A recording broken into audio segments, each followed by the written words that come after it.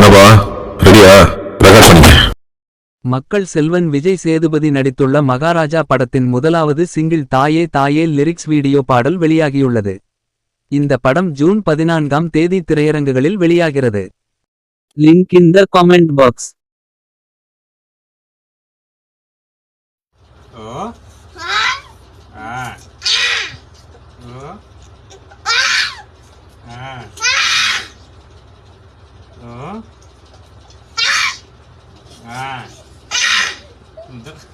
देखा जा कहीं कोड़ा हुआ देखा देखा देखा देखा